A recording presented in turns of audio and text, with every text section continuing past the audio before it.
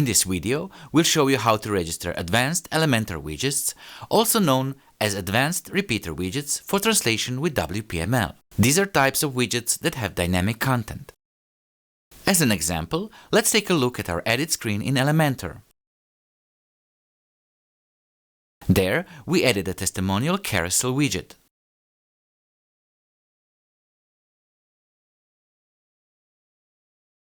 As you can see from the left sidebar, there are some fixed elements to which you can add a number of blocks. We can also refer to the blocks as instances. In our advanced widget, we have a title, rating, and content. Title and rating are line field types, while content is a visual type of a text field. Now, our first step is to go to WPML settings and temporarily set the classic translation editor as the default translation editor for new translations and save our changes. Then, we scroll down to Custom Fields Translation section and click on Show System Fields. We need to unlock the _Elementor_data custom field and set the translation preferences for it to Translate. Remember to save the changes. Now, let's go to our page with the testimonial carousel widget and click the plus icon to translate it in the classic translation editor. This will allow us to see the serialized content. Let's copy it. Open unserialized.com website in a separate tab and paste the content into the input box. After we click the Unserialize button, we can see how the widget is outputting the content in a clearer way. Let's scroll down and find the widget type, which is the name of the widget.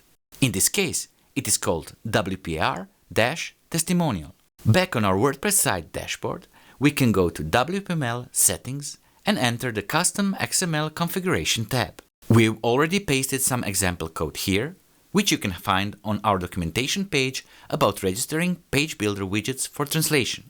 Next to widget name, we'll paste our widget name WPR-testimonial.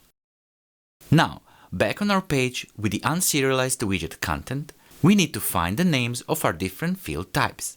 In our example, we have testimonials_title, testimonials_author, and testimonials_job, to name a few. We'll jump back to our WPML settings page and add the names to our custom XML code.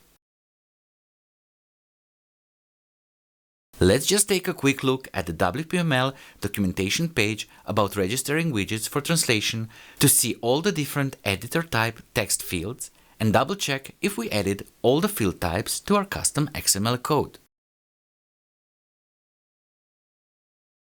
After customizing the code, we can go back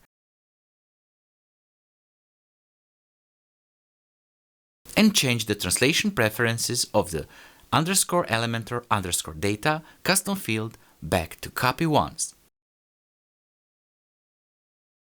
Then we can scroll up and make the advanced translation editor the default translation editor again.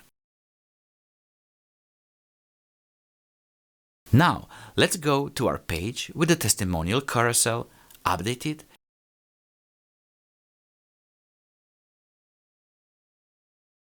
and click on the plus icon to translate it in the advanced translation editor. Even though we just registered a widget for translation, it doesn't appear in the advanced translation editor. Let's go back to our custom XML code and see why. In our case, it's because we didn't add the conditions of the widget type. While adding the conditions is usually optional, it can occasionally be mandatory. It can be difficult to know when adding the conditions is optional and when it is mandatory, so we suggest always adding the conditions of the widget type to your custom XML code. This way, you can be sure the widget will be registered for translation. Now that we have updated our custom XML code, let's try translating the page with the assigned advanced repeater widget again. This time, we can see all the elements of the widget available for translation in the advanced translation editor.